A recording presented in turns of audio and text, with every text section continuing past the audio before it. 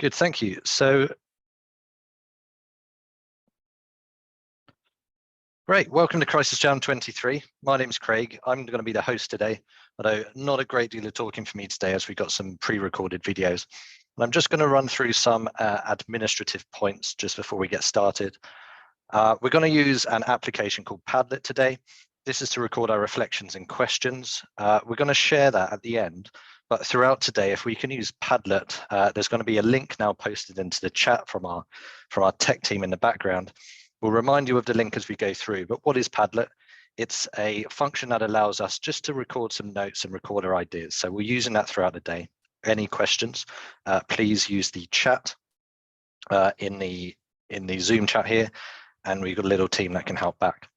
We'll also be setting up a networking page, a LinkedIn page that you can join in, because one thing we found from the last event was people made some really good connections in the breakout rooms, but they struggled to find people afterwards. So I can encourage you to join the networking page. We'll get some videos in there, and hopefully you'll bump into the people that you met before and be able to do a bit of LinkedIn stalking as well if you need to. Questions in the chat, as I said before, that'll be really good. And we're going to be going into a bunch of breakout rooms today, so no action needed on that part. We're just going to get you straight into the breakout rooms, straight in, chatting to people and moving on. So have a look at the agenda for today. We'll start with the admin and welcome. That's what's happening now. So we're live. We've done some admin and we're just about to move into the welcome. We're going to go through and have a very quick introduction to some of the experts today. We got 4 that recorded live with us. And then we're going to go into a scenario. So today we're going to have some background and a scenario played out to you. And within the breakout rooms, you'll be able to talk about the crisis management and what you would be doing at this stage. And then we're going to watch a video of our 4 experts going live and getting given the scenario and so what happened. We're then going to get a bit of a situation update, because that's always the good things that happen, isn't it? Throw some injects in there. Have another breakout, and we'll watch a video on the final meeting, and then we'll have a panel discussion at the end where we will be throwing them questions or reflections from you into the breakout. So without further ado, what I'll move on to now is I'm going to welcome in Richard Eklund, the CEO of Murphy, just to give us a very brief overview of who are Murphy and welcome us in and kick off Crisis Jam 2023. Thank you, Craig. And so nice to be back here live. I had this event once before in November, I think, 2022. And it was a success, basically. It was a lot of people and a lot of people enjoying it. So we thought, why not do it again? And I'm pretty sure after seeing all the hype and all the people that wanted to participate in this one, that we're going to do it again and again and again. So really looking forward for this. As Craig said, my name is Richard. I'm the CEO of Murphy Solution. And as you all know, we work with everything and anything crisis management. We have some of the best consultants in Europe and a digital platform that helps you and us to educate, train, communicate, and handle any crisis. We are strong believers in education and awareness of crisis management questions.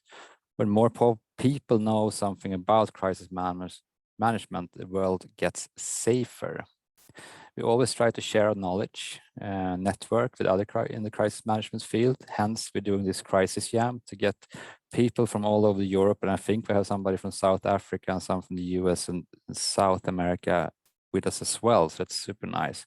But try to build this network of other people in the crisis management field so we can share our knowledge and try to help each other.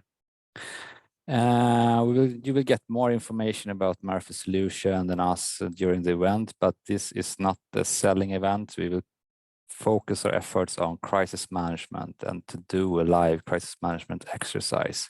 So get together, enjoy the breakout rooms, and try to meet some new friends. And I hope that we get the opportunity to speak more in the future, maybe one-to-one as well. And with that, thank you, everybody, and back to you, Craig. Thanks, Richard. Much appreciated. I made a friend once. And I think now we're going to pass on to Matt. Matt's Norman Bowman, the co-founder of Murphy, to talk about why Crisis Jam. So, Matt, the floor is yours. Thank you, Craig. And this will be just a short one. And welcome, everybody. Nice to see as many participants here. Really, really good. And Why are we doing this? I think we already mentioned it, but first of all, I would say this is a forum to actually connect, widen your network, and network with others, not the people you probably usually work together with and share reflections with, which is really good for learning. Here's some other examples, here's some other ideas, which is really, really good. We're also going to watch some videos where this panel of experts is actually dealing with the same scenario that you're all gonna face during this afternoon. So the strategy we actually set up for this is to make some reflection and then watch some people work with this. And that's a really, really good way to widen up my ideas, widen up how people are doing everything. And no one's perfect. This is the way reality looks like. And I think it's so important. I will also say thank you for our experts that actually did this recording, so we have something to discuss later on this day. So, and when working with this, just the tips from my point of view is to focus on the high level questions. We cannot go into details. We will work in a fictive company that you don't know that very well. Focus on the high level questions when you're out reflecting and discussing, and not focusing too much on things you probably would have known a lot about in real life. This is not the time to go into details. This is a strategic crisis management we're going to look at. So welcome to all of you. Looking forward to be a part of this event. Thanks, and over to you, Craig. Thank you, Matt. Good. So staying at the strategic level, don't want to get into the weeds here, but we're going to meet the experts. So hopefully we won't find out what size shoes they're wearing or anything like that, but we're going to move in and just meet the experts. So as Matt said, we had a panel that we got together and we put them in front of a scenario and we recorded them. They'd only just met, but now you're only just going to meet them as well. And you're going to have more of an introduction than they had before they started chatting. So who do we start with? We start with Carl-Oskar. I invite you in to introduce yourself. Thank you very much, Craig, and very nice to be here. Carl-Oskar Jönsson, work as Associate Professor in Disaster Medicine and Research Coordinator at the Center for Research and Center for Disaster Medicine and Traumatology in Linköping, Sweden. When it comes to major incident, I'm usually assigned the role of analyst or operations management team, as I have been doing a few times in Region Östergötland, the public health organization of our county. Thank you very much. Fab. Thank you, Carl-Oskar. Lovely to have you here. And we enjoyed some of the analysis that you wrote. And sadly, we haven't got time to show too much today, but you did a really good analysis in the background before. So who are we on to next? We are on to Andre. Please, welcome in. Welcome, Craig. First of all, size 10 to answer your question. So my name's Andre Regan. I am a retired police officer, having served 30 years in London in the Metropolitan Police. I retired as a detective inspector. I very quickly fell into a role to do with crisis management, business continuity, where I became a coach. Didn't fully understand what that meant when I first took up the role, but very quickly realized that the experiences I'd built unknowing to me throughout my 30 years were relevant to a lot of businesses. I was really happy to be part of Crisis Jam, the recording, and the biggest takeaway from me is that actually throw a few people together who've got a reasonable idea of what they think they can do, and actually you surprise yourself in what you can do. And you know, the message out there to anyone who's in a company who is practiced and gets to know their staff inside out, actually hopefully you can watch what we're doing here and vastly improve on that yourselves straight away. That'd be my biggest takeaway, Craig. Thank you, Andre. Good takeaway that. Certainly we've got to throw ourselves into practice and be brave and be kind to each other's learning as well. So good. Next up, we have Anna Wennerstrand. I went for it. I went for it, Anna. Yeah. Welcome. Thank you, Craig. My name is Anna Wennerstrand, and I work with communications and PR and press for the past 5 years here in Sweden. I help companies and organizations work with issues concerning communication and crisis management and press and PR and coaching in different ways. And if you want to know more about me, you can find me at hamke.se. I think that the best part about being a part of the preparation and the recording of this the short film that you'll see later is that anything is possible if you actually work together. I think that's the main point. You have to be humble, you have to respect each other, you have to make sure that you actually listen to what others are saying. That's the most important part, I think, to being in crisis management in any kind of crisis. And I think it also showed that preparation and actually working and practice is the only way to successfully handle a crisis, how big and how small it is. I think that was my takeaway of the pre-recording. Fab, thanks, Anna. What we'll do, we'll get a link to your website out in the chat as well for everyone to see.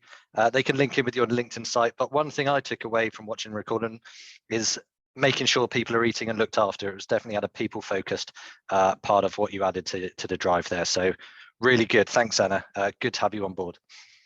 And then last but not least, Elin, who are you? And welcome in. Thank you very much. So my name is Elin Richards, and I'm one of the founders of Murphy Solution and have the role as a senior advisor coming to crisis management and continuity planning. And approximately 30% of my time, I work as a crisis manager or a support to organizations which are hit by serious events and crisis situations, mainly in a cyber context. So during the recordings and in the crisis jam, I have had a role as a crisis manager to support and to try to organize the work within the crisis team. And my biggest takeaways is exactly what you also mentioned, Anna, that everything is possible if you work together and if you have a common goal which you want to achieve together as a group. And I very much enjoyed the discussions which we had, and I hope that you all during the crisis jam will have findings and also find interest in the recordings as well as we did. Thanks, Elin. Good ideas about that. What I took away from watching the videos back as well is driving the meetings with a focus and with an agenda. I think really added value, particularly when you'd only just met each other. So that's our experts. We will move on now, and we're going to get to it. So we've created a fictional country. Coming into the chat now will be a link at crisisjam.com. If you click on the geopolitics tab, you'll get more information, but we've condensed it down. So I'm just going to read the next bit in some dulcet tones. So if you're driving, probably open the window, get some coffee in. Don't want to send you to sleep. But straight away after this, we're going to launch straight into the scenario, and then we're going to go into the breakout rooms where we can just start discussing things.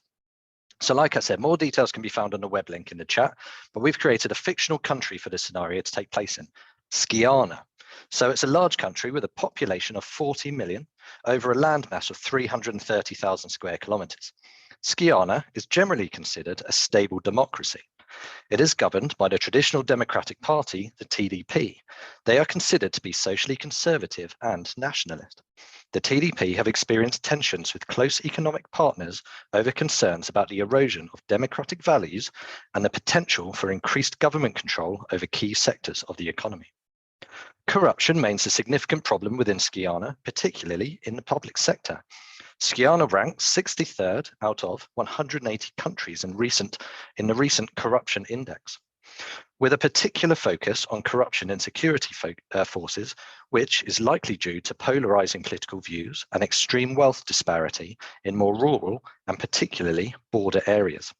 Skiana has two borders with Base and Videma. This is two land borders. Both are in direct conflict. Base is the largest neighbor and historical rival. Base is a global player in the geopolitical landscape base invaded the large territory of Videma 2 years ago and is also active within sub-threshold. Videma is a large nation with key supply chain considerations.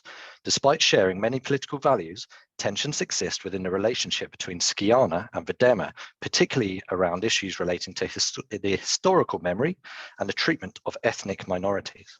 This translates into active, extreme nationalist groups. Although they are unlikely to utilize lethal means, they are highly likely to be active in a non-lethal domain. So, the time is now 1000 hours, Central European time. You're a regional member of a crisis management team for System 1. System 1 is a fictional transport company. System 1 is a global player in logistics with a large focus on specialist transport. System 1 have operations in more than 120 countries. It operates a fleet of more than 400 trucks, and with countless shipping containers, they utilize a vast network for intermodal transport. As a member of the regional crisis team, you received an alert on your phone and an application to join a crisis startup meeting. Because the duty officer from System 1 has sent the alert, you have connected to the virtual startup meeting, but as you wait, you view a breaking news story on your phone, after which the duty officer begins to brief you and your team.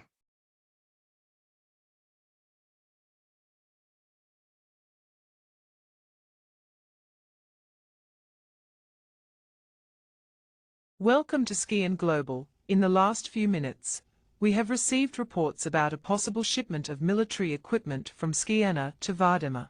Immediate reports suggest the shipment contains radiological substances, and the truck is being operated by System 1. We have reached out for comment, but so far System 1 have remained quiet. Follow us on all social media for the latest updates. Hi guys, thanks for attending at such short notice. The regional head of secured transport has contacted me and informed me of the following. So at 9 AM today, Central European time, they received a message that a truck from System 1 had been stopped by the police in Skiana, near or at the Videmian border. The operation looked planned and there was a large police presence. At the scene, there was a large cordoned off area and the vehicle was examined. There were screens up and there was cordons there that were very extensive. It was very hard to see what was going on. There was lots of secrecy surrounding the police activity, but they actually made what we believed or was believed to be radiological measurements. The police immediately contacted the regional officer of Safe Transport and asked questions about what was in the cargo of the vehicle. From our notes, the security lead informed the police that there was a routine transport of hospital equipment going to the capital of Videma. The driver's been arrested, and as you've probably already picked up, there's been several news feeds reporting on this, and I'm actively tracking them at the moment. But the general messages I can see are that this one actually sums it up pretty well.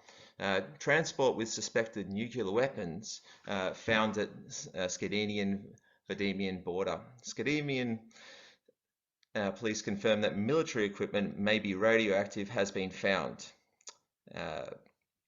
It's actually, radioactive. So this is in the truck heading towards Videma.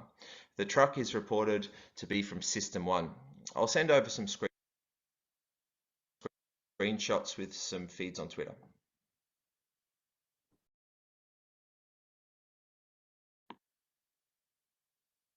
Good. Much like getting into an icy pool, you've just got to get straight into it. So we're going to jump straight into a breakout session now once I've finished chatting here. But I'll just reiterate, the background is found on the website as well as the Twitter feeds and a couple of videos that we've uploaded.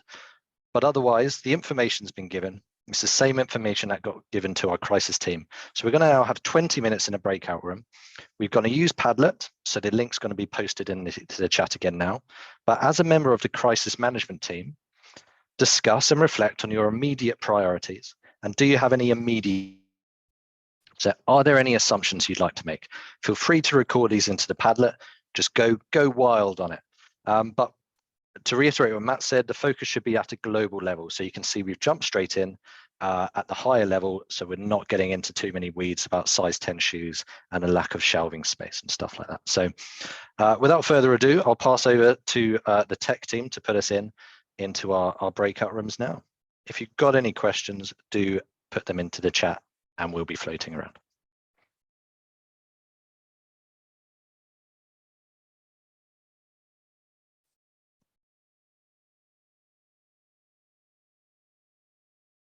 Super interesting to see some of the stuff coming through on a Padlet.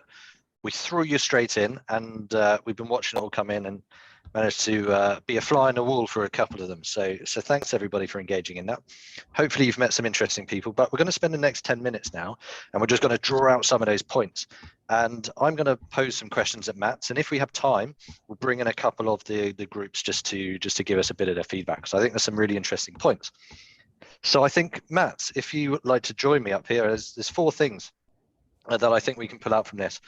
The first one is we're seeing themes where people are starting to establish roles, are starting to create some structure. The second one is we're starting to chase the information, the validation of information. The third one is we're starting to understand we need a communication strategy, be it a holding statement or a strategy of some kind, just to say we got this. But the fourth one is we're starting to see some stakeholder emergent stakeholders, known stakeholders, kind of like we're jumping straight into those bits. So my question to you is, we kind of got those 4 themes, but do you think there's a temptation here? We're jumping into details before strategy? Of course it is. Now we'll be humble, and this is quite a tough one. We throw everyone into different rooms. They don't know each other. You don't know each other in advance, but I think that's also really, really good experiment to practice the needs in this kind of urgent situation. What we usually see, and I think many of you share that idea, it's very, very easy when you come into a group and you start to grab whatever is possible to grab in and do things. And we want to sometimes go very much into details, especially in the beginning. And we can also see there's a lot of details that are missing in order to take good decisions. So I think that's probably it's a good summary to a lot of those questions you started with, is that we actually need, even though we only got 20 minutes, to take a little bit of a stop, organize ourselves, and kind of breathe a little bit before getting into everything. Just starting up a discussion, we usually end up in details. That's at least our experience. We could see a lot of high-level questions in the Padlets as well, but also a lot of details that might be important or might take a lot of time because we're in a hurry. This situation calls for some urgent needs, I would say.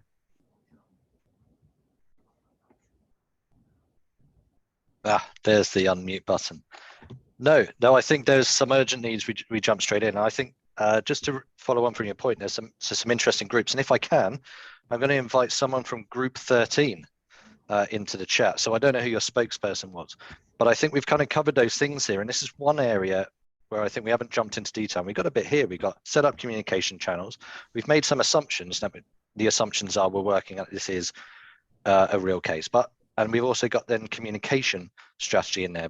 But if someone from group 13 wants to run through 30 seconds, maybe, how did you come up with those points that you've got there? Okay, shall I? Yeah, I can. Yeah, it wasn't I who wrote, but like the thing is that we just don't know most things. So the entire incident is spread out in uncertainty at this point. So making ready, okay, is it our truck? Media, police, someone could confirm that, get facts straight. Ascertain, is it we who have control over the truck? Is it our employee? Has it been stolen? These type of things are needed before we can go any further. And also, like, why has the assumption become that it contains some kind of radioactive material? Because that can be a lot of things, and mostly are pretty benign, you can say. No, thanks. Yeah, working a lot on assumptions, I think, is a good thing at the start here, because it starts to maybe lean us one way or the other, but keeps us in bounds. What do you think, Mats, on Raymond's work and assumptions there? Yeah, absolutely, and there is a lot of uncertainties, and I would also, if we take this into live situations, there might of course be more information than we have at this moment. This is only an exercise, but it might also be a lot of rumors. There might be a lot of other additional information that also makes us very confused at this moment. So even though we have really, let's say, confusing or bad situational picture, we still have the only thing we got is to start with our assumptions in order to create something to maneuver in this before, So I would say it's like a separate part to build up a good situational picture. At the same time, there are a couple of things that we probably need to do right now. Good. Thanks, Raymond. Thanks, Mats. I think I'll put in someone from group 2 here. We got a lot of information, but what interests me is setting up the roles first. And I think this was number 1, and there's a lot of people who have done this. But let's understand, why have you decided on roles and responsibilities at the very start? Anyone from group 2?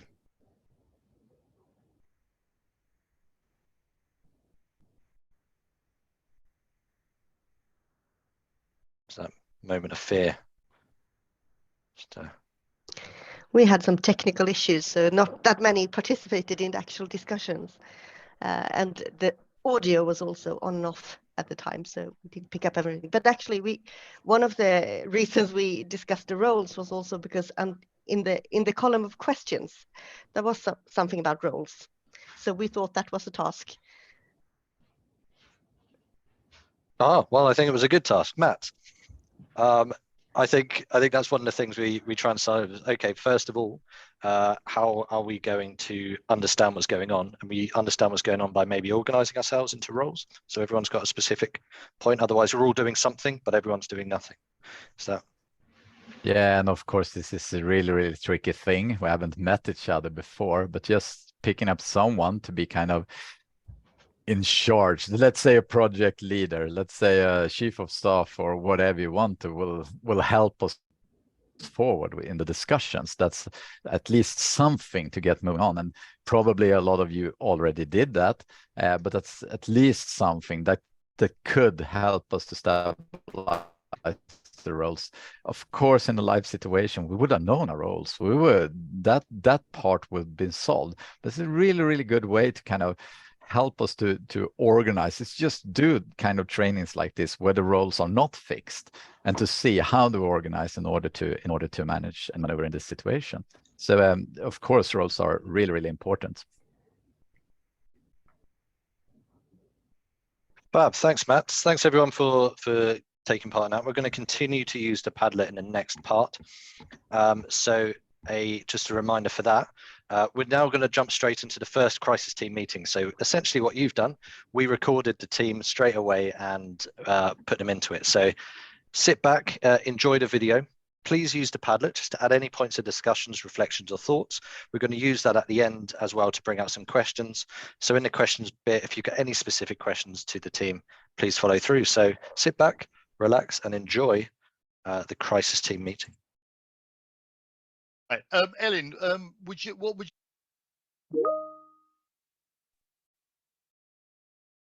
you suggest here as the way we'd approach this initially? I would say that we gather the resources we have available for a startup meeting to just try to scope the situation and understand it better, and to also get whatever we know from the information to be fact-based or just rumors, to try to sort out this. So okay, let's just try to see in 4 different states, what do we know, what do we think about the development, what do we want the situation to develop like, and what do we do now to just try to set the foundation for our work together. Okay. So let's start with what we actually know about the situation. Andre, have you gotten any information from the duty officer, as I understood? So the information I've received is at 9 o'clock this morning, one of our trucks was stopped. One of our System 1 trucks was stopped at the border near to Vadima. And I understand that it was part of a routine delivery into Vodima of hospital equipment. The information that's coming out, and it's coming out from news sources, but we haven't confirmed the validity of these sources yet, is that it might contain some sort of radioactive material, and then is other information actually saying it's a missile. So one can presume it's a radioactive type missile. The significance that I understand of all of this is that it's going into a country which is obviously currently in conflict with a larger neighbour that's been going on for a number of years. So that's the information I have. I did ask a question of whether this is something that happens quite often, and I don't think we know. It doesn't appear to be at this stage. The driver is one of our drivers. And obviously I'd like to explore that in a bit more detail so that he or she gets the appropriate support, but obviously we need to discuss a bit more detail.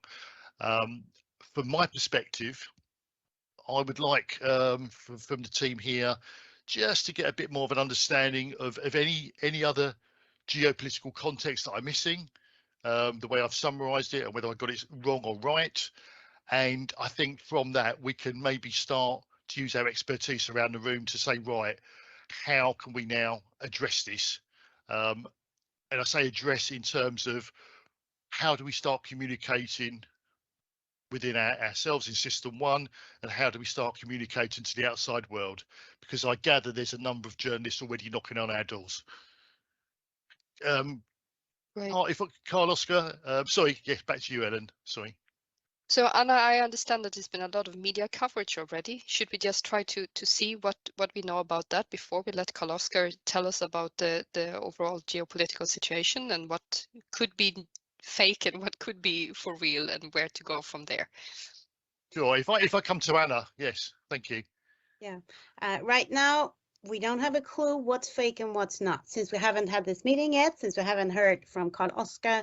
So right now, we're just in a limbo, waiting to get some kind of confirmed information, what we can actually say. It is clear that it is a truck, it is a driver, he has been arrested. But more than that, we don't know. We don't know why. We don't know the setup. We don't know anything. So we really need to discuss and get some more facts before we can actually communicate anything. But we have to communicate something really, really fast.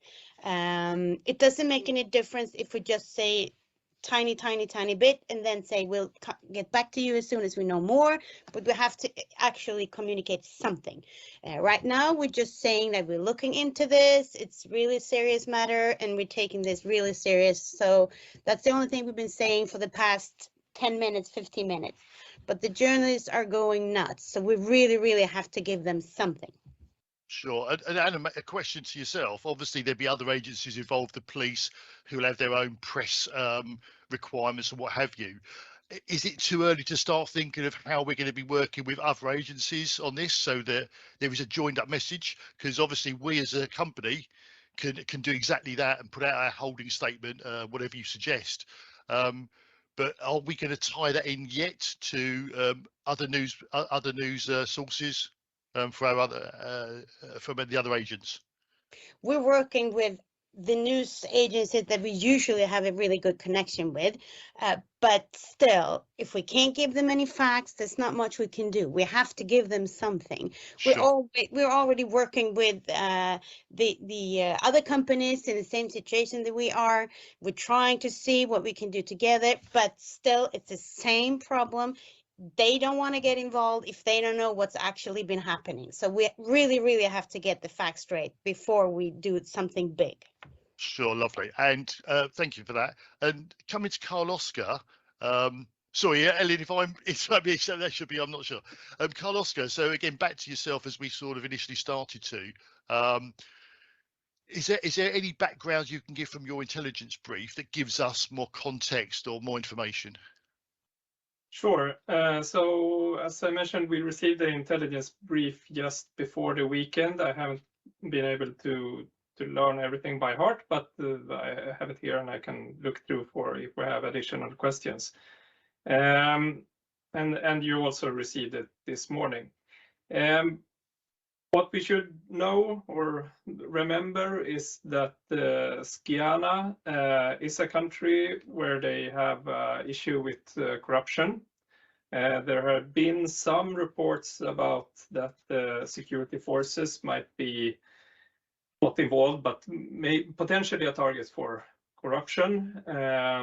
We also know for fact that our company's CEO has taken a clear stance against the base invasion of Vadema. So there's a potential issue that we need to take into account there. Right. And there have been criminal elements working in the border crossing between Skiana and Vadema. Yeah, what else? Yeah, and Skiana, as we know, also is maintains a strong relationship with Britain and the US, and has a conflict with BASE, the larger neighbor that might have an interest in making something like this happen. So that's something that we need to sort out.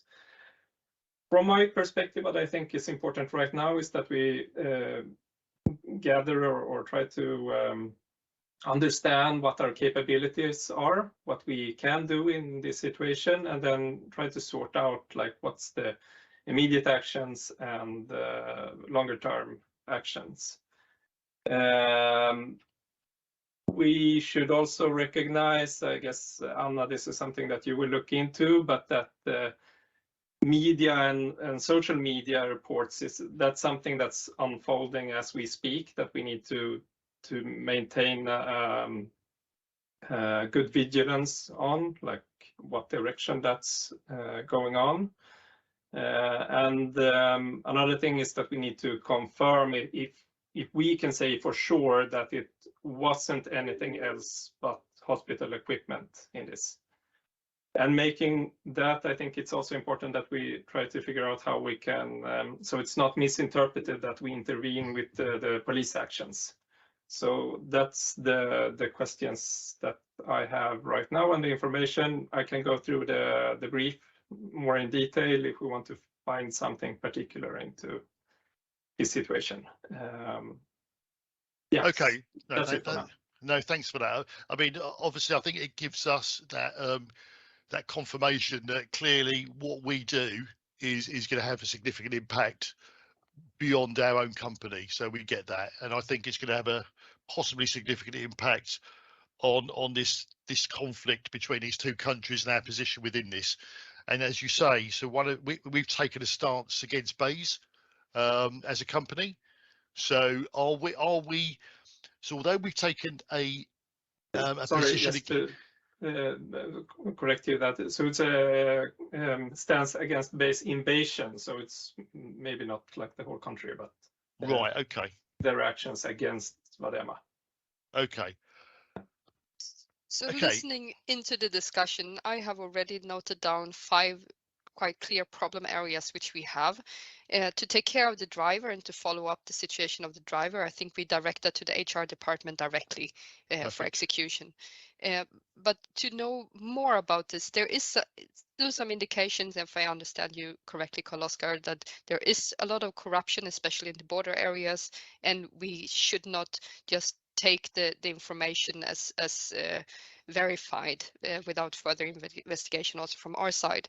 So to investigate the truck and the transport and all the routes and stops which this specific truck has done, and to really verify that it has gone from our warehouse directly as the route has been planned. But also to investigate the customer and our resources involved with this transport, the key account manager and all the involved resources, so that we start our own internal investigation about the transport directly. And I think also to establish contact to the police, both in a communicative perspective, but also to understand better what has actually happened, to get all the verification possible there.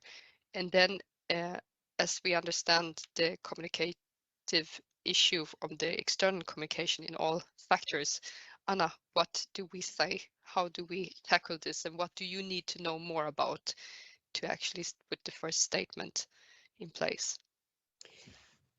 The thing is that I have to say all of these, the four above problems you just said, and we have to direct them as clear and transparent as we can without saying anything, actually, because we don't know anything, barely anything at least. So that's the first step. We have to make sure and show initiative and show them, everyone who's watching and everyone on social networks, that we're actually doing something. This means that we also have to inform all our employees all over the world what we're doing, when we're doing things, when the next time they'll get some information, and so on. So we will really have to do a good communication plan. But as everyone knows who's been working with crisis, a good communication plan is nothing without actually hard facts. So we really have to do this process parallel with actually finding out the truth.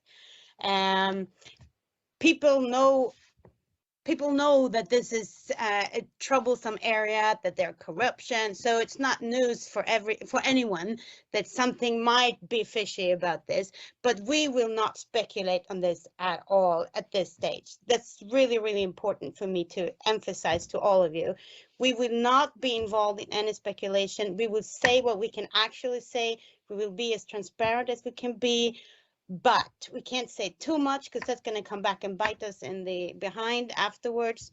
And we have to make sure that Monsieur Parapluie, the CEO, is not really emotionally involved in talking about this. So my suggestion is, Andre, as the crisis management leader and the decision maker in this crisis, I would prefer if you actually took a couple of the interviews that we will have further on, so we can spare the CEO, because this is not an issue where he should be involved in the beginning. When we know more, he can do that. He can take a more upfront position. But I would prefer if you could actually do some of the initial interviews. I will make sure to pick some of the really good, non-biased news stations that we have and that we can find in different important countries, especially since the headquarters is here in London and in France. We'll start in Europe, but we have to make sure that this is news that's widespread and that it's only facts as long as we can give it to them. That's my initial response. So out of these problem areas, you can start to build a first statement saying that we are investigating them. All right. And then for us to, as quickly as possible, try to fill up with facts, how do we share our own resources? Andre, you have already had the contact to our duty officer and to the regional transport manager. Could you try to see if you can get a hold of them again and see if they have any contact to the police on place by the border control? Yeah, sure. I mean, you wrote about police liaison, and I totally agree. Carl-Oskar? Yeah, so I know that we have been advised to find a local legal advisor in this country. I'm not sure where we are in that process, but we could look into that if we already have that in place. Another thing is the culture in Skiana is that business relationships are most often personal. So maybe we have some local contacts that we can work through to try to understand the situation. That's something that we could look into. So if you try to get a hold of the deputy officer and the duty officer and the regional transport manager, I try to find the key account manager for the affected customer or the so said customer and the team around this truck to try to see which resources on place in Skiana we could use for this.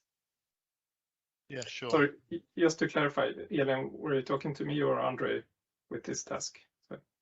To all of us, saying that I take the task to try to find the resources on place in Skiana to verify a customer and the transport situation around the truck.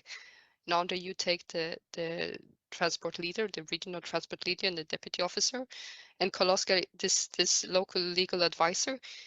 Do you have any chance to try to find one of them? Yeah, I can go through our channels and see if that's in place or not. So to just then let us take 20 minutes and try to see if we can bring any more facts in place while you, Anna, sketch on the first statement. Would that be fine?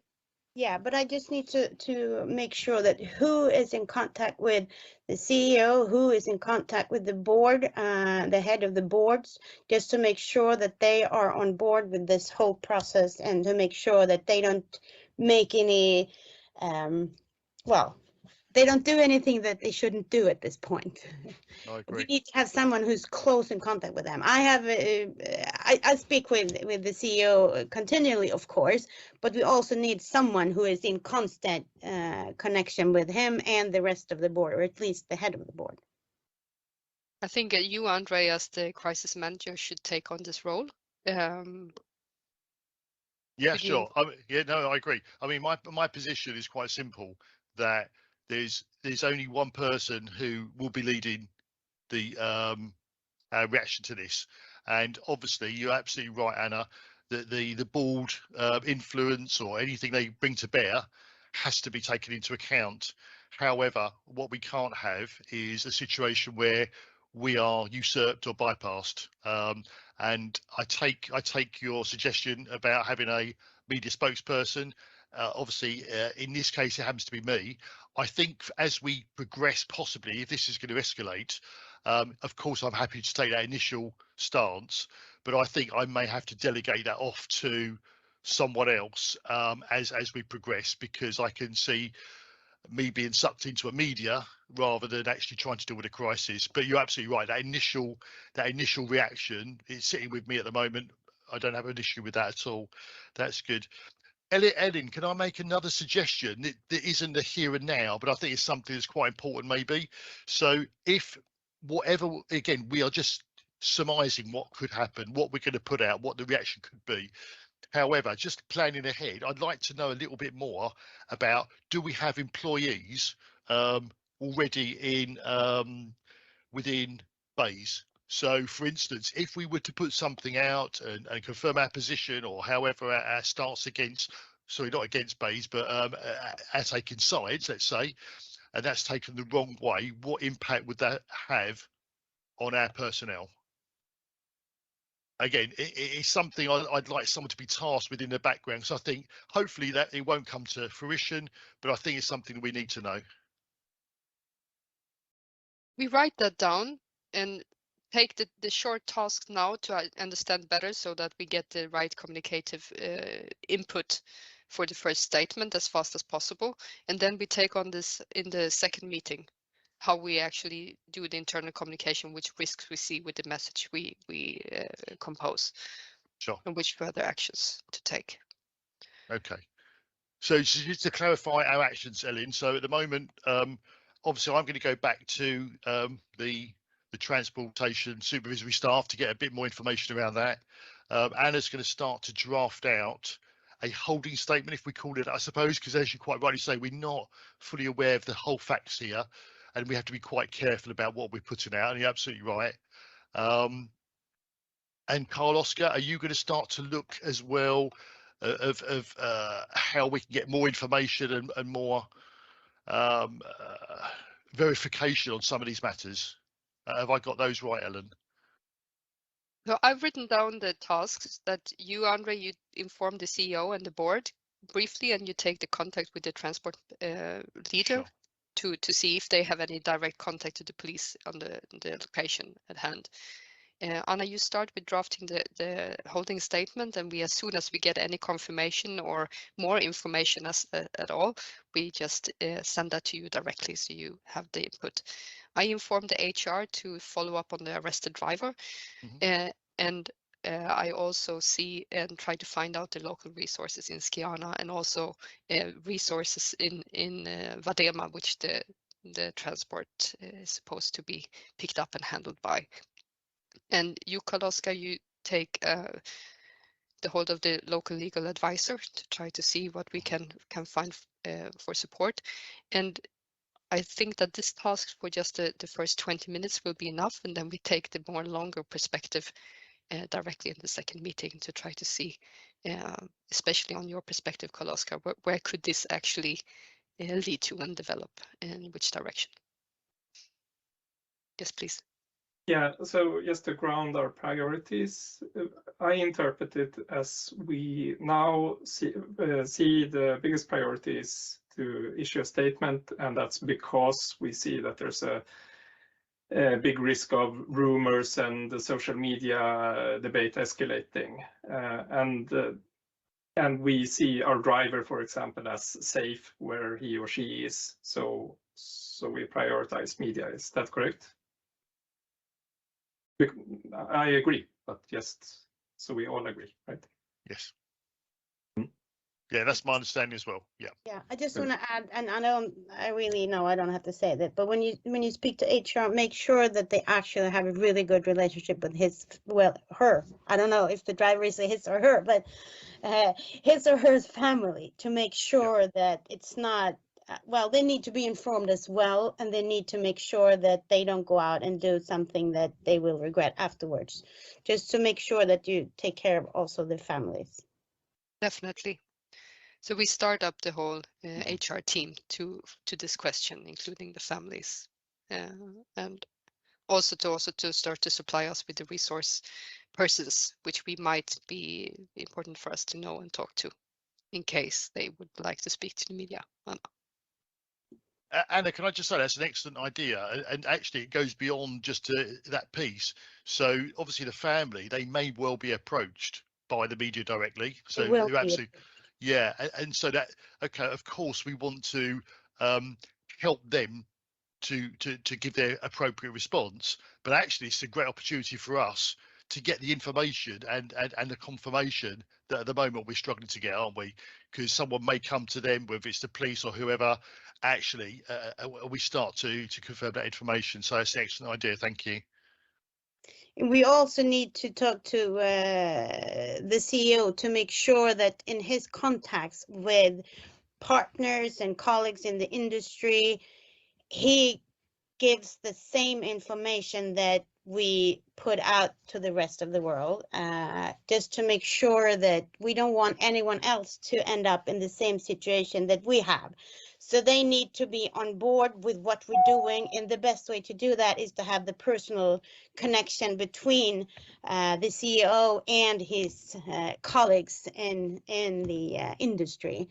So we really need to emphasize that to him too. I've already done that, but we need to do it also, Andre, to make sure that he actually sticks to the information, but he also has a good relationship or connection with partners and colleagues. Absolutely, but again, I would be reiterating to the CEO, of course, that person is above me. However, I would reiterate to that person saying, okay, whatever he or she does, it's going to affect our response. And so to be very mindful, obviously be respectful, but mindful of what we're trying to achieve and the impact it could have on us. And so I probably would suggest that any such discussions amongst his or her peers may well be validated for ourselves, whether that's through you on the communication side or Carlos on the impact side. I think it's important that we know what he or she is telling the other industry people. So when you talk to the CEO, just inform him that we will have another meeting in short time where we hopefully get to know more and can verify the information more. So maybe he can wait with the statements and the calls just a little bit longer. Absolutely. For a bit more of the information to be verified. I will do my best. Absolutely. That's great. So let's just sum up the priorities is to find a Holdman statement and to understand the situation better and to clarify the information, which we can in every way, and to make sure that we take care of the driver and establish all the right resources around both the driver and the family to try to support them and this cause as good as possible. Everyone know their tasks. So let's say that we meet again in 20 minutes, which would mean 9:25. Lovely.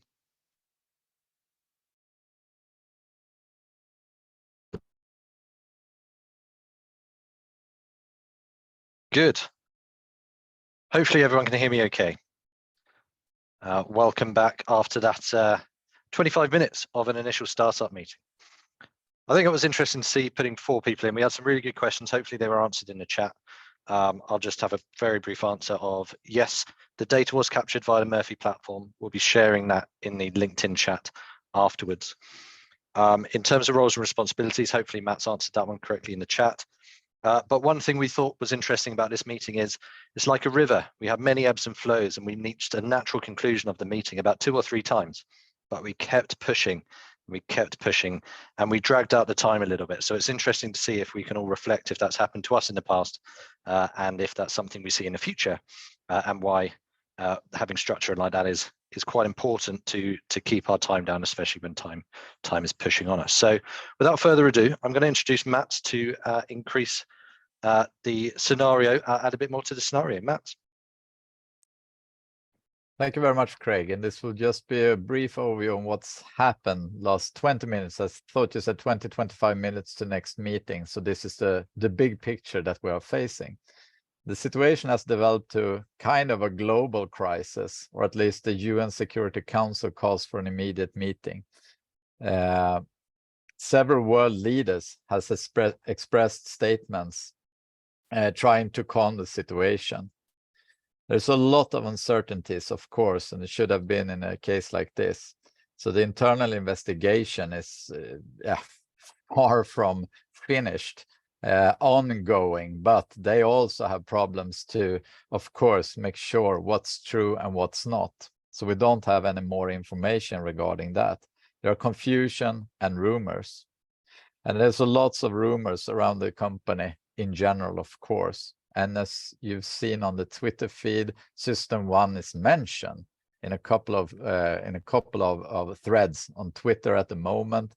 Of course, the big thing is this global crisis that we're facing, but System One is there. There are reports from various countries that trucks from System One is stopped as well. And it's confirmed that it was a System One truck that was involved in this, but not more than that. So over to you, Craig. Thank you, Matt. So we just had the situation update, added a bit of uncertainty into the mix here, which everybody enjoys a bit of uncertainty into their lives. So we're going to go back into the breakout session now. So we've had the first meeting. This time we got 15 minutes just to reflect and start to draw out again. How would you have dealt with the uncertainty that's been injected? Does the international nature change your response? And after this, we'll have a bit of a panel discussion and questions can go into Padley, but we'll have one more video after this where the team came back together. And hopefully it's going to reflect the way you're discussing now. So over to the tech host, breakout rooms, please. Break out your Padlets. Let's go. Nice. So we'll start to filter back in. Sebastian looks happy. Welcome back, everyone. Good. So hopefully you found that useful to jump straight into it, just to start chit-chatting, talking, seeing where we're going from there. We are now going to jump straight into the final video of our crisis team. A little bit based off of what you just did, except again, we recorded it. You'll see Matt's crept in it there at the start. But just for time framing, the next video again is about 25 minutes. So enough time to put the kettle on, make your brew and enjoy it. And we've got about 50 minutes left of Crisis Jam in total. So after this video, we're then going to have some questions to the panel. They'll be highlighted and we'll just throw some questions at them and we'll see what their answers are and see if it entertains the masses or if you're calling for more blood. But we'll move on to the video now, Swift and Shaw. Good. Please use Padlet and keep updating and tracking your questions. The final meeting.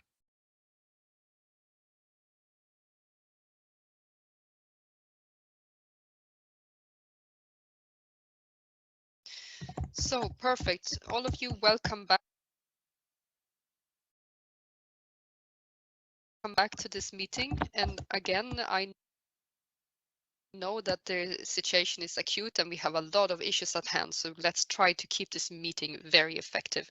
And I will do what I can to steer it and to have the structure given. So let's start with what we know, and therefore thereafter going into what we think how this situation could develop. What do we want the situation to end like, and how do we want it to develop, and what do we do to actually make it so. So we have all of us a number of tasks before we ended the first meeting. So let's start with just reporting back on those. Carl-Oskar, should you start? Sure. So we had done our homework. We have a legal firm that operates from the capital of Skåne that can help us. They have a small team assigned to this situation.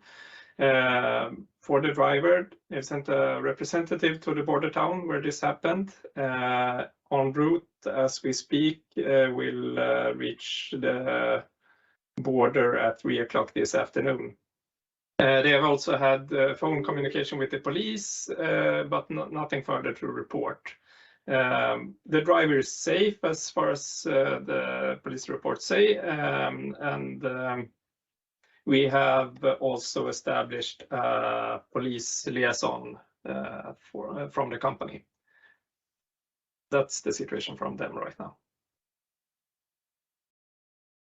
So then I continue with the driver itself. I have talked to our HR department, and there is a team gathered. We have now extracted the next of kin contact details and are trying to get hold of the driver's family. He is, as we know, well taken care of, but that is for sure third-hand information. We are looking into verifying that in every way. I also have some information about the transport itself.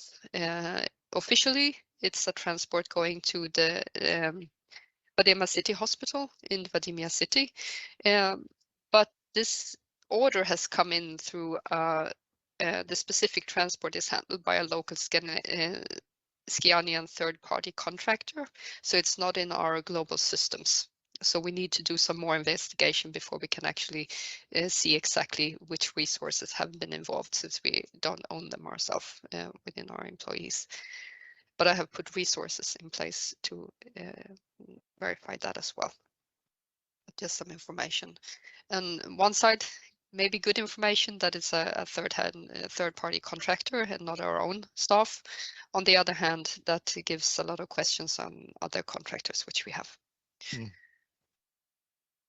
So before we go to you, Andre, and the reporting from the CEO and from the regional transport manager, Anna, how has it been with the yes, I just sent you by email a very short and brief communication strategy that explains the background, what has happened, the main purpose of our communication, a couple of goals, some target groups, and some channels that we should go through. And this first initial time frame, it's pretty short and not very worked through yet, since we only had 10 minutes, but it's a start at least. And as Mats said before, the internet is going bananas, so we really have to monitor that. We have to put a lot of resources on that, and the press desk it's people are calling all the time, all the lines are busy, and all the people that I've actually gotten to get back from vacations and stuff and extra resources are doing the best to answer all the questions. But since we don't have that much to answer, we give the same answer to all of them. We are taking this matter seriously. We're combining our resources with the authorities in Skåne and the UN and everywhere else to make sure that we get down to the bottom of the issue. We will not speculate. That's important. We will make sure to find all the facts and get to the bottom of this. And we will be transparent as much as we can and give the information that we have continuously. That's sort of like the main talking points right now.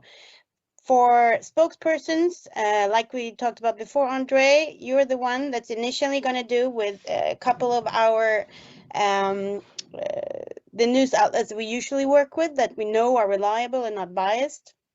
And we will have to divide the spokesperson's role as we go further on.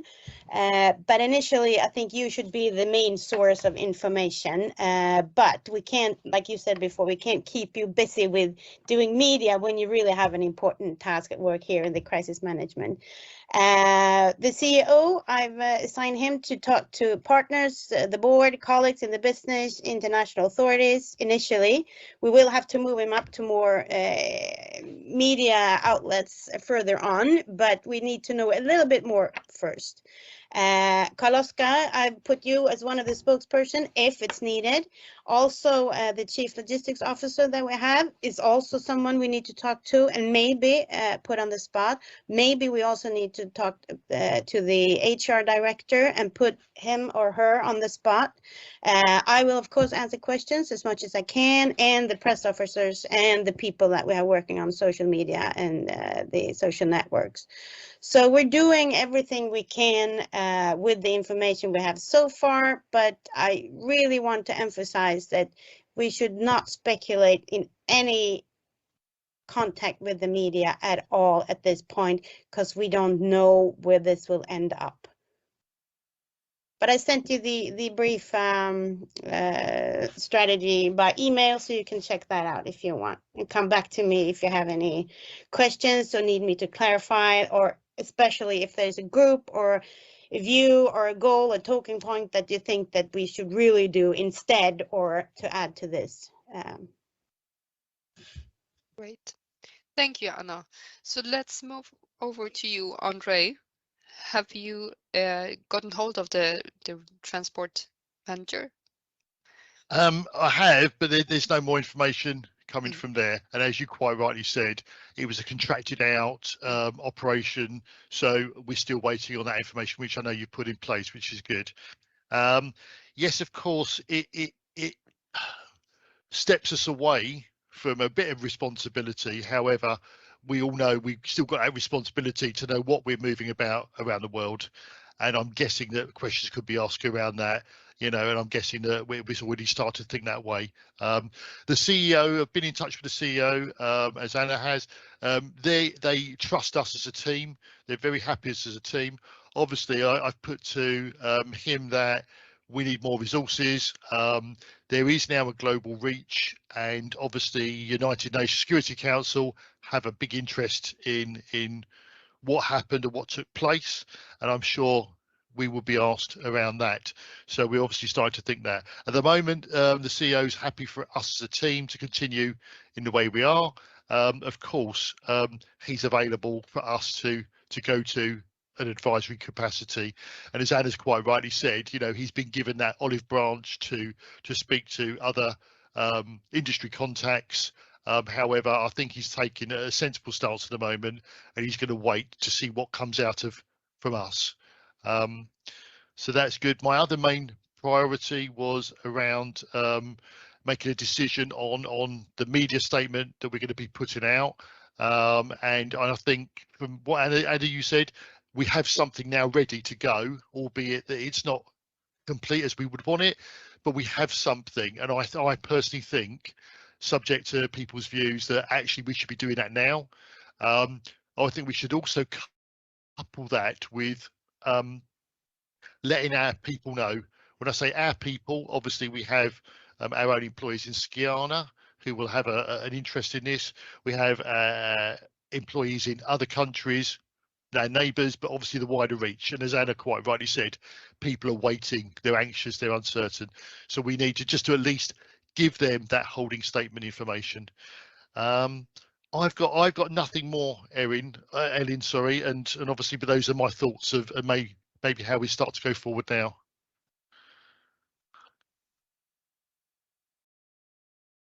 You need to put your mic on. Sorry. Yeah. Sorry. So the decision is to put the statement on out as is, and to work further with the formatting of it. That's great. Let's just take a few moments to think about how this could develop and if we see any risks of negative development which we should look out for. Let's start with the communication perspective. Is there anything, Anna, which you really see as a negative development which we should monitor? Yes, the social networks are really it's really vulnerable right now because there are so many other hidden agendas and people are giving disinformation. They're taking political advantage of this in different kinds of ways. So we have to really monitor that, make sure we know where everything is moving, because this is now on a level above System 1. So this is a lot bigger than just our company and the brand and how it's going to affect the brand. So we really have to monitor that. There will also be different kinds of cyber crimes occurring, trying now that we are in a vulnerable situation and in the middle of a crisis. So we have to monitor up and make sure that the tech guys are really checking into this and making sure that we won't have any other crises in the middle of this one. Like you said, Andre, we really need to inform our employees all over the world. So I've been drafting a meeting specifically with the CEOs or the management in System 1 all over the world, and another digital meeting with all the employees that can attend, because we need to get them to understand what we're doing and how we're doing things.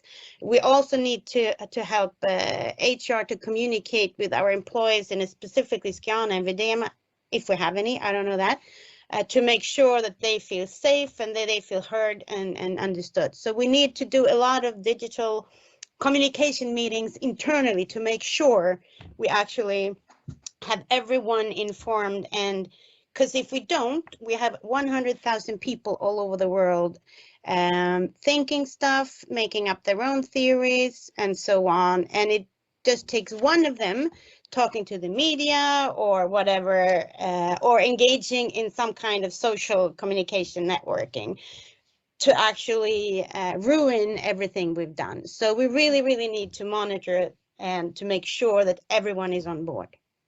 That's great. Andre? I was going to say, as part of that activity, that internal communication piece, can I suggest we also suggest lines for our staff to give to media inquiries? So for instance, a receptionist in Colombia who gets a phone call, they know the standard things to suggest, and if that suggestion is to contact Anna and her team, then that's the message. That's great. We put that up as a task. A little bit more about the negative, special negative risks which we see. Social network needs to be monitored. Increased risk of other kind of crisis or attacks which we might not see or be aware of, or which are targeted at us. Carl-Oskar? Yes, maybe I could just continue on what you just said. So I made a few scenarios that you could fill into. It's just a suggestion, but we could see this situation that we have right now as like the zero scenario. This is it. We just need to handle the ripple effects and figure out what that is. Alternative scenarios, that this is some kind of a troll factory operation, that we will have increase in the social media operation that we see some indications on. I made a probability impact score from 1 to 4, 3 on this. Alternative scenario that this is a false flag operation from base and that we are the tool. That would suggest that this is not over, that we could expect more things to happen. I put that as a 2 on probability, 4 on impact, and 3 that we have some kind of infiltration of criminal elements within our organization. Put as a 2 and an impact of 1 because that's kind of isolated. And 4 related to that actual crime within our organization, 1 and 2. And based on especially alternative scenario 1 and 2, I think we should increase the priority of our transports, figuring out where they are, and also consider security aspects, physical security. Even though this is just a troll factory and social media operation, they could be targeted in social unrest and so on. Yeah, that's my 2 cents. I'm happy to have your comments, and it's just a draft, so just putting it out there. That's great. Exactly what we were looking for, to try to scope in where we are and what kind of actions we should take. And to continue operations is one of our main focuses, for sure. That's also in our brand. And our customers must be able to trust us, and that's not only in the reputational part, that's also that they actually get the deliveries which they have ordered. So to continue operations and to monitor our trucks and deliveries must be a main priority as well. So looking a little bit into where we want this situation to develop, Andre, do you have any opinion on the priorities or the direction? So I think the communication piece, obviously we're working with that. We've got something going out as well as internal, so that's good. And we know where we want that internal to focus. I think my concern is about our reputation.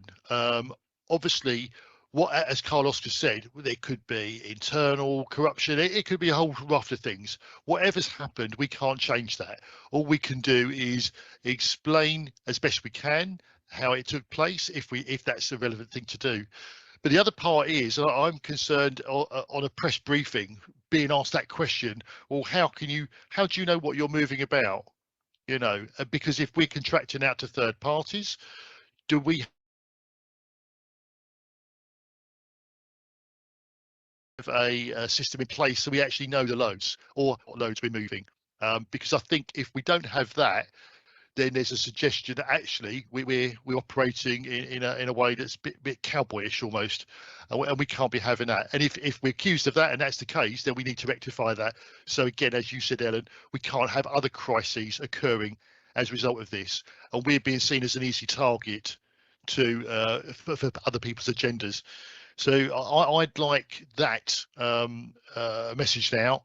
Again, my priority is really just to keep a lid on this. You know, we can't change what we can't change. All we can do is now try to influence the impact on our employees, our reputation, and what we do, our operational piece. Because obviously 100,000 staff, we are moving an awful lot of goods around the world. People trust us to do that. And obviously we lose that trust, we lose our business, and we lose that capability of doing that thing. Right. So to minimize the impact on customer, brand, and employees, was that did I sum it up correctly? Yeah, that was perfect, actually. Yes. Thank you. Great. So the brand, Anna, is your main target to develop, to monitor. I can take the employee perspective since I already have the HR department activated. And Carl-Oskar, could you please then try to dive deeper into the customer impact which this has created? We have gotten some information that trucks have been stopped in other parts of the world, and also try to, together with Anna, monitor if there's different opinions in different regions or continents over the world, so that we can actually steer the messaging going forward to target the different aspects and different thinkings. Sure. Great. And do I add to that the security concerns for the customers and our trucks? Definitely. I'm actually worried about what you've been talking about, Andre, the third part contractors. It worries me that it seems like we don't have that under control, that we don't have any knowledge about that. That's one of the things that we really need to step up in going forward, no matter how we solve this crisis, because we cannot have third-party contractors that we don't have control of. in some way. So that's one of the long-term effects that we need to work on. So I think that's a really good point, Andre, that it's worrisome, and that is something that the media is already asking about. How can you be so sure that you're efficient and safe with your own company and your own contractors and your own employees when you have no clue what your local contractors are doing? That worries me, and we need to find a really good answer to that. Perfect. So to clarify our transporting process in all steps from the customer places the order to it's fully delivered, no matter if it's on our System 1 resources or contractor resources, and also to have the list of all the contractors which we have today, so that we can start actually clarifying all the rules and regulations concerning them, and look at how and when they were last revised. Put that as a task. Andre, since you have been the designated spokesperson, should you and Anna focus on that for the next hour or so, while me and Carl-Oskar focus on trying to dive into the customer and employee consequences? Absolutely. I think now's the time that Anna and I need to, as we say, get our heads together, because obviously we can only explain so much, as Anna's pointed out, what we know. However, I think we now need to start thinking about the questions that we may be asked and the most appropriate way that I, on behalf of the company, may answer those. Because I suppose what we can't have, Anna, is me looking like the guilty person and trying to avoid the questions. Of course, I have to, but we need to understand what that looks like and where we can go with that. But then let's make sure that we have a common digital room where we can all gather every information which is coming in, and where you can also write down the questions, Anna and Andre, which you think should be answered, so that me and Carl-Oskar focus on the right topics during the coming. Should we say 1 hour until the next meeting? Carl-Oskar. Yes, just a suggestion to Anna and Andre to consider. I think it could be important to focus on what our mission is, and especially focusing on that we deliver a lot of hospital equipment, for example, as we have right now. So it's really important to maintain operations, not just for our company, but also for the greater good, so to say. That could be something. Really good point. That's a really good point. And please, as I said, I sent you the communication strategy. Please look into it and make sure you add all the points that I didn't, get in this first brief. So please revise that. But that's a really good point, Carl-Oskar. We should make sure that, since we are reliable, well, we used to be at least, we should make sure to show what value we actually add to society. Really, really good. Thank you. Great. So to sum up the meeting, our objective is to minimize the impact on customers, on the brand, and on the employees, and to keep the deliveries going as far as possible. You, Andre, and Anna, you take the communicative and the brand perspective, while me and Carl-Oskar take the customer and employee perspective. We have a number of tasks noted down, and we focus now during 1 hour to clarify more information to supply you, Anna and Andre, with the right foundation for developing the message board internally and externally. So I send out the next booking for 1 hour's time, and then we gather there. And in the meantime, let's keep the channels all open so that we can communicate internally with all the questions and facts which we find. Make sure you eat and drink, because you're going to need it. It's going to be a really long day. Yeah. It's going to be a really long day. Thank you, Anna, for reminding us all. Great. Then see you all in 1 hour's time. Nice. I think I'm back in there. Thanks very much, Anna, for reminding us to eat and drink. So we've been busy here reading the notes, and I think I'm going to pull Mats in now just for a short discussion before we open to questions for the panel. But that was the final meeting. For me, I used to buy and wear Nike Airs, but now I'm using Uniball Airs. Is a change in my life. But Mats, did you see any changes from the first meeting to the second meeting, and are any themes that are starting to creep up in the Padlet? Yeah, first of all, I guess the Padlet's not reflecting 100% on what's been discussed, but there are really, really good questions. And what I really could see is the need of information. It comes back all the time, what we call the critical information required in order to take good decisions. And there's need of absolutely more information, confirmations in order to establish a good communication. That's, of course, really, really important. But we also know, and I think that's important to keep in mind, that time is ticking. And of course, there's a balance or perhaps a conflict between doing something and also wait for the right information before doing something. And that's something that we always need to keep in mind during a crisis, I don't know, like this and other crises as well, is that there is a super need to get more clarifications before doing this or that, but there's also a super need to get out with something, do something, act upon what we got. And of course, we got the assumptions and our ability to actually make assumptions. In a real situation like this, of course, there should have been more facts. We should have known a lot more, but it's a good thing to reflect upon. Not only get stuck in questions, but also to see what can we do. And I think what we saw on the second meeting here is quite good to see. Okay, we are able to do this. We will not. It's important for us to act, even though there's a big lack of information, which I think is good. Second, that I could see reading a Padlet is also the ability to visualize information, to read a log, to get a good overview on what's going on and getting a better structure. And this is absolutely something that helps out a lot during this kind of situations. And this was by purpose. We haven't done anything with that because I think it's really good to feel that lack of structure.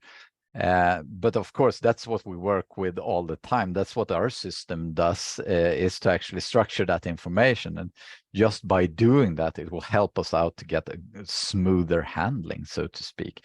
And of course, all participants will have the possibility to look at that later on as well.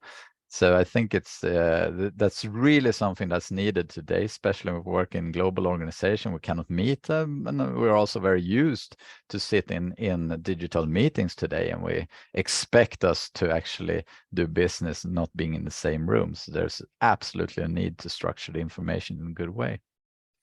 So that was my reflections just by have a quick look at what's written on the tablet. There's of course a lot of other things to discuss there, but this last minutes on this crisis jam is we have set off to be able to ask some question and let the experts reflect a little bit on what they have done. So back to you, Craig, then. Thanks very much, Mats. Yeah, I absolutely agree. Some of those reflections to bring in the idea of how we visualize things. And we've got one question for the experts first, and I think they're about to be spotlighted and appear all over our screens in a minute. So my first question, and I think I'm going to open this one up to Carl-Oskar to lead us in, because we know that you did a lot of analysis and a lot of work into that, the background piece, which starts to formulate some of the so what's or where we're going. So can you reflect on something you found difficult to maybe express to the team, or things that maybe you would do different over a digital domain? Yeah, first of all, I think one thing that formed how we worked was that we were a small team. So I couldn't rely on having a team of analysts that would gather information and we could discuss and everything. I needed to make my colleagues participate in the analysis. I would just be the person that had a role to push that kind of discussions. So even though I totally understand Elin for wanting to move on to the next step, sometimes I felt that, well, I need to assume the role to hey, let's stop, and are we actually agreeing on this before we move on? So I think it's more of having a role to remember a certain perspective than being the actual analysts in each topic. So that's one thing. And then, yeah, I think we managed quite well, even though we were a small team and just started working like this. And it worked quite well in a digital stance as well, like better than I would have thought, actually. So yeah, that's initial thoughts. But thanks, Carl-Oskar. I think we will move across to Elin, and a theme that we noticed in the chats, and Mats and me have been discussing through this, is the idea of resources and not trying to get into detail too quickly. You were talking a lot about resources and what was available to you. Can you expand on that? Why did you focus in that area instead of trying to get into the weeds, maybe? We were a very small team, only 4 people in the beginning, and knowing that the communicative perspective would take a lot of focus, since that were where it had all started to come out and sort of begun. We also had to focus on the internal perspective, not so visual to us, but knowing that that would become an issue later on, going into the crisis situation. Therefore, trying to steer our different roles in a way which would make us, with only a small team, trying to expand it in our different tasks, taking the internal perspective and the connection to the HR department to try to handle the internal consequences to the staff, and you, Carl-Oskar, to handle the analysis perspective, while Andre and Anna could focus and bring about the contact to the communicative parts. So in an ideal situation, I would have expanded the team as quickly as possible with more analysis functions to support you, Carl-Oskar, in many different perspectives and ways, and also to support the internal perspective to the staff planning and the analysis of the transporting chains and the customer process, so that Anna and Andre could really focus on only the communicative perspective.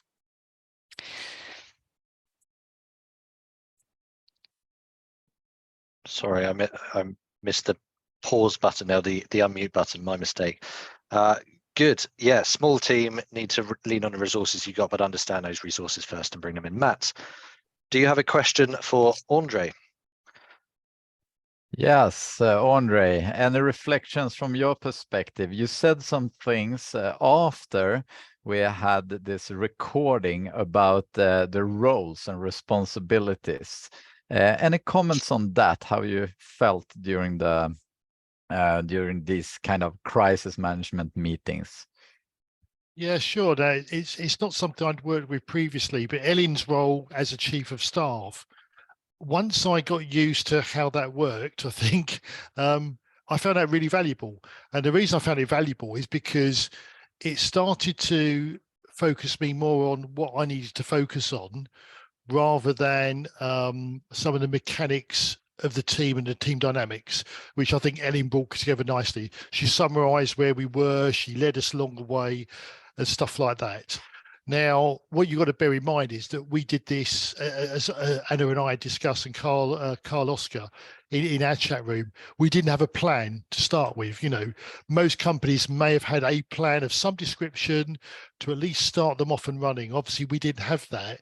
But in hindsight, what we did have was Elin, who allowed, who was almost like our plan and the person who tried to guide us. I think it started a little bit organically, because you know, as you saw, we come to a conclusion, then someone else chipped in with something else. However, I don't think that was bad, and I think that was pretty good, and it just showed that we were all listening to each other. You know, whatever expertise we brought to bear, we weren't the sole people in that subject area. We listened to each other, which was good. But yeah, I think if we'd had a plan, and if we as a team had prepared and exercised ourselves, then, you know, that role that Elin performed beautifully in trying to orchestrate us around the different topics, part of that would have already been done. Yeah. And anything that you, after watching this, think, this, we might have done this differently if we had a chance to do it again? No plans, but otherwise, is there anything that you have in mind that you think should have been done differently? Not really. I think we pretty much dealt with things as they arose. of course, were we too holistic? Were we too much in the weeds? It matters not. What we dealt with was what had to be dealt with and what we thought was important at that time. And as you saw, I think between the two meetings, I certainly saw, I noticed there was a different tone. We were going into our own areas. We were starting to look a bit more deeply and a bit more properly and appropriately at what we were looking at. And I think it's one of those where, and people have experienced this, haven't they, in different companies and different organizations. If you have a crisis, you can only deal what's in front of you. And of course, you have to get that under control as best you can before you can then start to really, really push forward on how you're going to take it forward. And I think if we lose sight of that, then you can end up in quite a panicky situation. I think all of us were very calm. I, for one, my mind was going all over the place. So you could see I was looking at different screens and stuff like that. But you're still trying to assimilate all that information. And I think it's just important to remember that actually you can't deal with this in one hit. It is a series of steps. And I think that's what we achieved. So. Good. Thanks, Andre. Yeah, a bunch of different steps, and I know we condensed it down into a couple of recordings, and there was actually a lot of information flow going on between in like a normal scenario. But I think I'll draw on an interesting question been sent through here, and this is the idea from Steve Harrison. Thanks for sending this in. So at the end of it, we still didn't categorize what the radioactive material was. And I think from a scenario perspective, it's highly likely it was hospital grade material in some kind of operation. But this question is towards Anna here. We talk about a communication strategy, and I know you released one. Could you just outline for the participants here? You wrote an outline of a communication strategy. What was the media rhythm or the rhythm in which you would plan releases, and how do you approach that idea of feeding that information without escalating too quickly? Well, the issue is you have to respond really fast. I think that's the initial feeling, but you also, like Mats said, you have to balance it with how much info do you actually have. But as a communications expert or a press liaison, I would really, really be fast on my feet to have some kind of some kind of statement out really, really fast. I would probably not wait for like an hour, 2 or 3 or 4 for the initial one. So that's the first one. But the thing is, there is no rhythm with communication today, I would say. If you'd asked me when I was new, like 20 years ago, 25 years ago, you would have to wait for some certain TV shows to have interviews and so on. Today, it's like this. You have to react really fast. You have to do it really good from the beginning. And like Elin said, this is a crisis that concerns a global company all over the world. We have employees, 100,000. It's like a joke that I should take care of this all by myself, of course. So there would have to be like millions of people, taking care of communications everywhere. So that's one of the issues. I'd say that the rhythm is like constant nowadays, because you don't have just TV or radio or newspapers. You have the social media. They have different agendas. They have like everything. You have to do everything at once. So I think the most important thing to do is one, stay calm, because no one's going to be happy if you freak out, especially if you're in some kind of leading position or a crisis management position. That's the first one. And I also emphasize that the need for trust when you work in a crisis. You have to have an environment at your job that's really relies on trust. You can't build trust in the middle of a crisis. You have to have that before, because if you trust each other, if you trust each other's ideas, if you listen to each other, if you're humble, if you really cooperate together, it's a lot easier to manage and be successful in a crisis, as successfully as you can be, of course, in a crisis. So I don't know if that's an answer to your question, but well, I think that's the most important thing. And we've talked about that a couple of times, Carl-Oskar and Andre and I, that you need the 3 Ps. The plan, prepare, and practice. And I think that's really, really important. You have to have a plan, and you have to have it before you have a crisis. I think that's essential. You need to have a structured plan. Who is supposed to, you know, make decisions? Who's contacting who, etc., etc. Who's having which role, etc. That's the first one. You have to prepare. We can't predict the future. We can make qualified guesses and so on, but we can't predict it. So you have to prepare for stuff, because stuff is gonna happen. It's gonna be minor or big ones. That's what it is. And you have to practice. If you don't practice, you won't be able to actually do all the stuff that you have to do in a crisis. So yeah, really long-winded answer to a question, but I think you should, if you don't bring anything with you from this session, it's the 3 Ps. Good, and the escapee when you're eating your fish and chips on a Friday evening.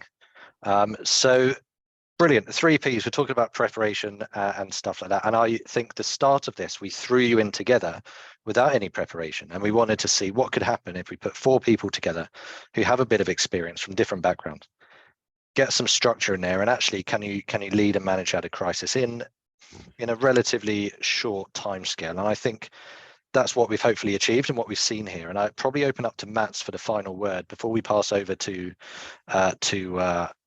Richard Eklund again, just to give him the chance for the final word. But ultimately, I'll have the final word when I say thanks and push the stop button. But Mats, I'll just briefly pass over to you about preparation. And the idea then that actually, if we can achieve this with a small team who haven't worked together, but they've got some experience, if we have crisis capability and we've put some preparation in, the world's your oyster, isn't it? Yeah, but I think it's so nice to see this, and just for all participants now, you should understand that the experts that have been working during the videos we have presented didn't have any time for preparations either. So it's a possibility to actually do quite much. If you have experience and if you have good competence in the area, you will find your settings and find your way how to deal with this.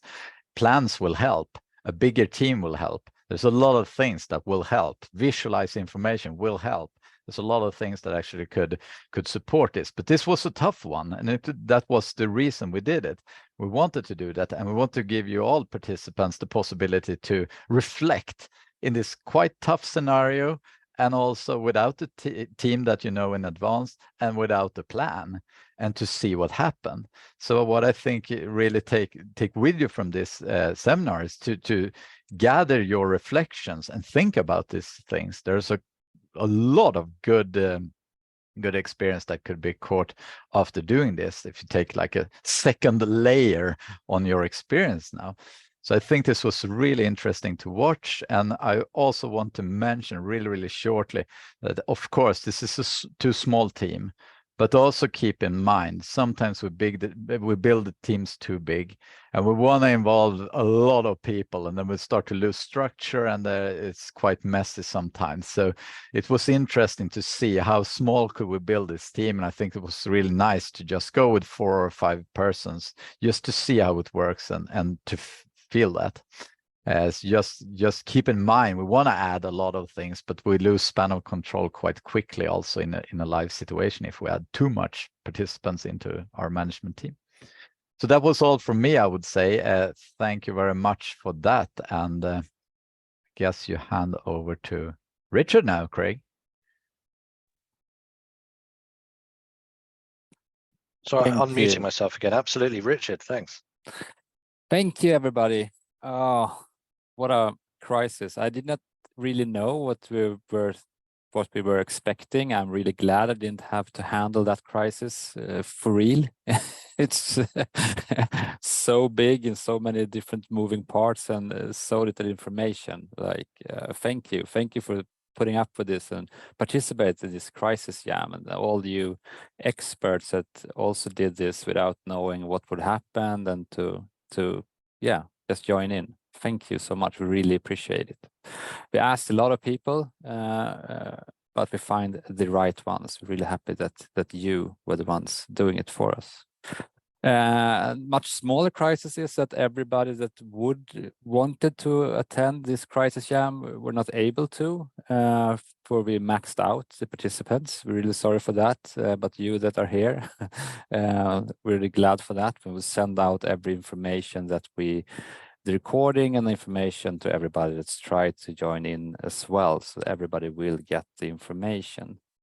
And as you both all know, we have both consultants and a digital platform to handle crisis. So if you want to plan, prepare, and practice, just give us a call and we will help you in any way we can. And as I said in the beginning, I hope I get the opportunity to speak more with you all in the future, one-to-one or in the next crisis jam, whenever that will be. And thank you again. Back to you, Craig. You're amazing, you as well. I think flattery always works, Richard, thanks. So I think that that pulls us to the end of Crisis Jam 23 here.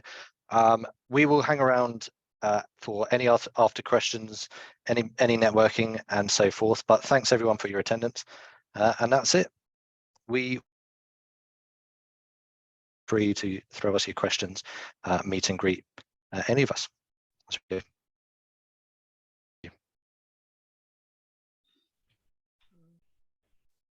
Yeah, we could see if there are any questions. We could take them right away. I have a question. Let's see who that was. Nicholas, I have a question to Richard, who can answer that one. Who the freaking is Murphy?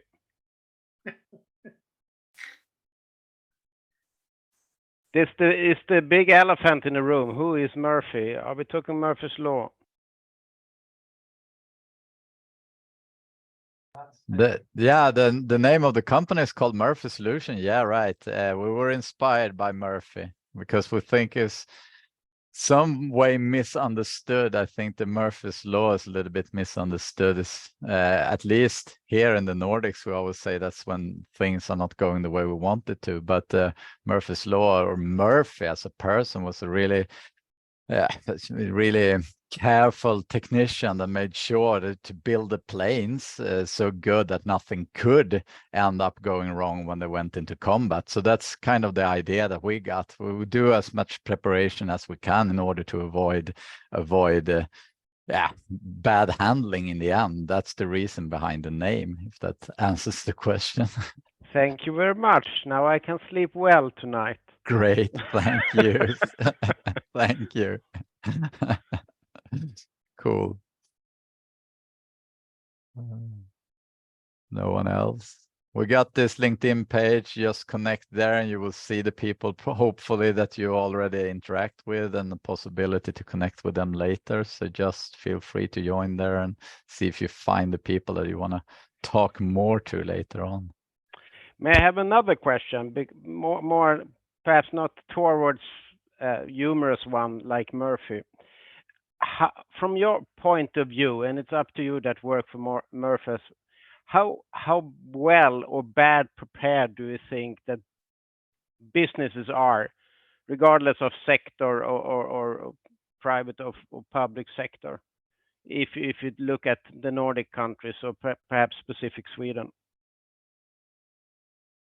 Oh, that was a big question. Sorry. Ellen, are you still here? You usually have opinions on this one. I do have an opinion on this one. And I would say that the Swedish companies or the Swedish society as a whole do have a lot of qualities and capabilities. And we are prepared, but maybe not for the scenarios which we think or which will affect us the most. Seeing the cyber threat coming up, Sweden being one of the most digital countries in the world, we have not really seen digitalization as a security point, but as an effectiveness and a way to actually create more effective processes and flows and integration, meaning that we are also extremely sensitive to this. And I think that there is a good, a great will to actually be prepared and to have a good capability, but that we in Sweden, especially and in other countries as well, we have not been affected in the same way as other countries have. We are kept safe, meaning that we are maybe not as prepared as we need to be. So in short, we are not that prepared as we should be. I think that there is small things which could be done to actually improve, which would bring great qualities to the way we are working. Seeing that also the Swedish way of working with a very decentralized organization structure has a lot of qualities when it comes to crisis management. When we see on the very expanded principle of responsibility within Sweden, where we do not have the centralized steering model. That means that we need to train cooperation more than others need to do. And that's one of the things which we can see effects from the pandemic as an example. I also want to, let's see, Carl-Oskar, any opinions on that? You feel that is your area of expertise? It's an interesting question. Could you repeat like what you want me to answer? It's hard to. The short question was, are we? Because I have my opinion, of course, but I'm not in the area of expertise, crisis management. But my opinion is that we are not as prepared as we think we are, because we don't train, we don't have plans, we don't have different scenarios, and so on and so forth. So the question was basically, do you think that we are in worse status than we think we are when shit hits the fan? I think it's like a half full kind of answer, that we are more resilient and we have a lot more capability than we think to analyze something, if we can come up with a good team and do a structured analysis and so on. But on the other hand, of course, there's a lot of things that we don't know and we haven't prepared for and we haven't trained for. And somewhere, I think a good solution to either way, if you see it positively or negatively, we need to train to be able to understand things beyond the standard operating procedure, or like when something surprises us. How do we work together and draw on all the resources that we can gather? So I'm kind of a positive guy. So I think we have a lot more capabilities than we think, but we need to unlock them and we need to have team working skills in order to do that. Okay, great. Thank you. Thank you. There was another hand I could see. Help me out with this one. Was it Andre raising a hand? Yeah. We had, I apologize if this is wrong. MFO? MSCC? Oh, it's Mpo. Okay. My apologies. Yeah. Okay. Mpo from South Africa. So apparently in South Africa, if you may heard, we have a situation whereby now we are in a crisis of electricity load shedding.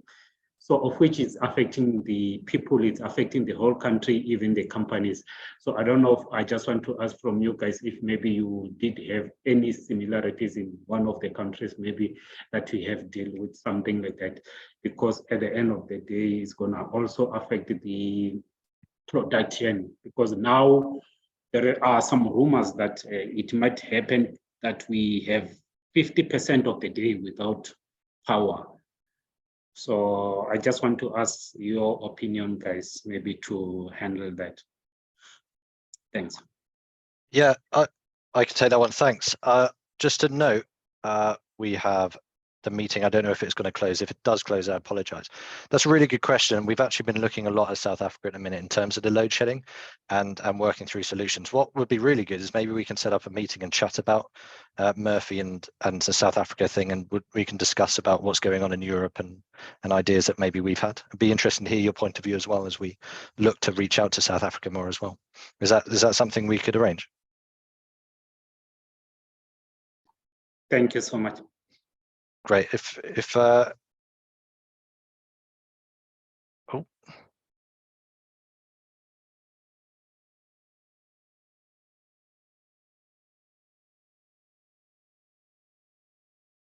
Sorry, I had a blip here. Apologies. Yeah, no, fabulous. We can we'll get the email and we'll drop over a meeting. They're really interested to hear about the load shedding in South Africa as we go as well.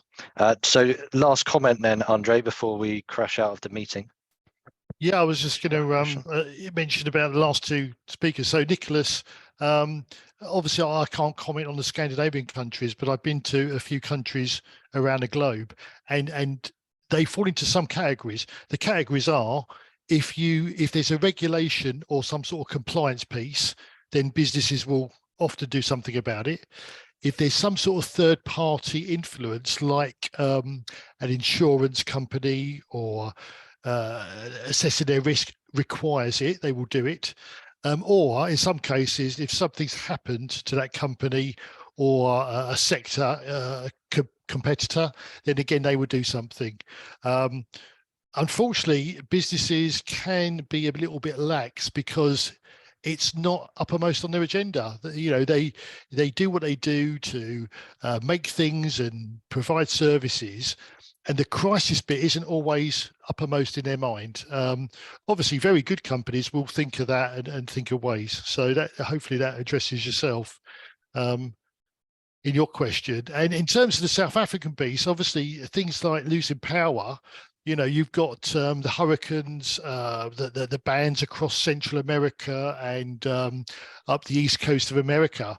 I'm guessing that they may well experience those type of incidents. I don't have any personal knowledge, Craig, but you may. And it could be that they have some solutions that our South African friend here can tap into. Yeah, just to reply, I totally agree with your opinion, Andre, 100%. So I share that opinion. Fab. That's good. We like to agree. Right, I've got an email and I'm going to send over a link to chat about that. Any more questions before we wrap up here, noting the time?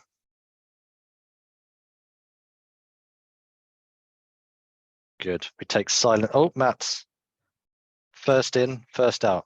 Matt's feet. Try to connect. Do you hear me? Can hear you, Matt. Yeah, okay. Okay. It's not a question, it's more or less a reflection. And we must not forget that we humans are quite rational creatures. And it's not, in my opinion, it's not so much about doing the right things, because we are never going to do that.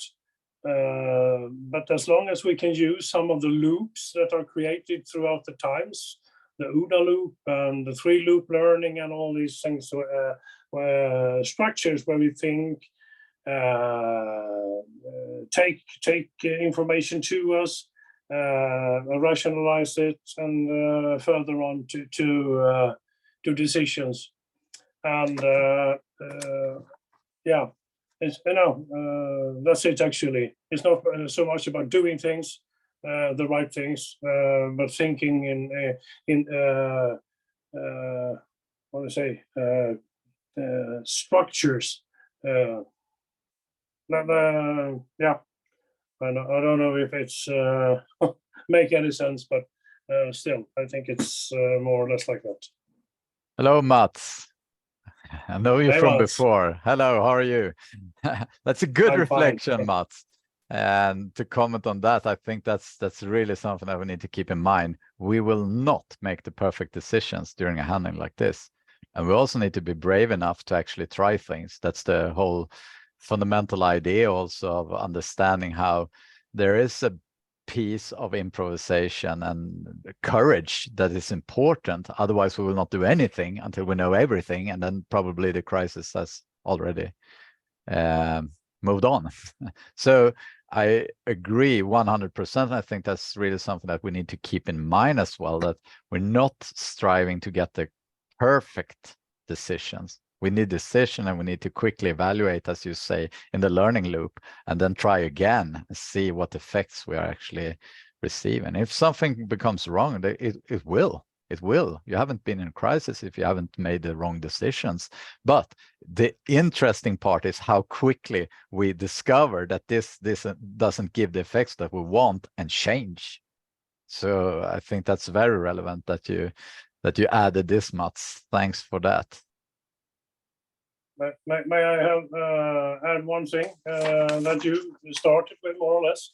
It was like when there's a lot of uncertainties around, we need to isolate and try to identify actually not what's actually we see, or we need to look beyond and try to find the missing link. Because if we when there's a lot of uncertainties, we will create things that we more hands-on, and that's I don't know if it's true, but I've experienced it a lot of times that this is the time when we dive in too deep in the issues, and there's and if you're alone or if you're very few, it's hard to find someone to drag you out, and then also a time when we are losing control. So yeah, but still, thanks for a good webinar. Thanks for your reflections, Mats, and I hope this started new reflections from you, because I know you think a lot about these matters, and I'll be glad to discuss more with you later on. It was a while since I met you, but it would be nice to have a deeper chat later on. Thanks, Mats. Nice to hear from you. Thank you. By saying that, Craig, I think we're passing time now. We're of course happy to, I mean, it's very easy to connect to us, and we take a quick meeting, discuss, and go a little bit more into depth. Of course, that's our job, really. So really glad to connect with you all.